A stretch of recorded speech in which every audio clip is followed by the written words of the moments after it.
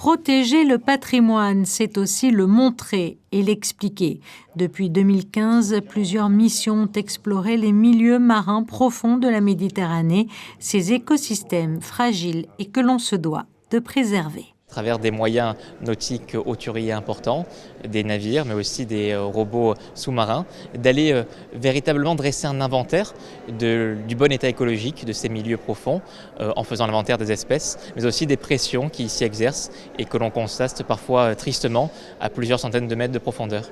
Nous avons remarqué des spécimens absolument incroyables qui permettent après d'avoir la connaissance nécessaire pour justifier de mesures de protection de certaines zones qui sont explorées et puis aussi pour sensibiliser les décideurs, les gestionnaires à la question des filets de pêche qui dérivent, des engins de pêche qui sont abandonnés ou des nombreux déchets plastiques que l'on retrouve au fond des canyons sous-marins. La solution essentielle, c'est surtout de ne plus en ajouter davantage. Quand les déchets malheureusement se retrouvent à plusieurs centaines voire milliers de mètres de profondeur, c'est quasiment impossible de pouvoir les récupérer. Donc c'est essentiel que chacun, à son niveau, que ce soit au niveau individuel, mais aussi au niveau institutionnel et des États,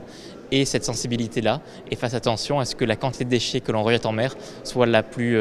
infime possible. Lors de cette conférence, les résultats de la dernière mission de 2022 ont été également présentés par des scientifiques et des 3 pays partenaires de l'accord Ramoge,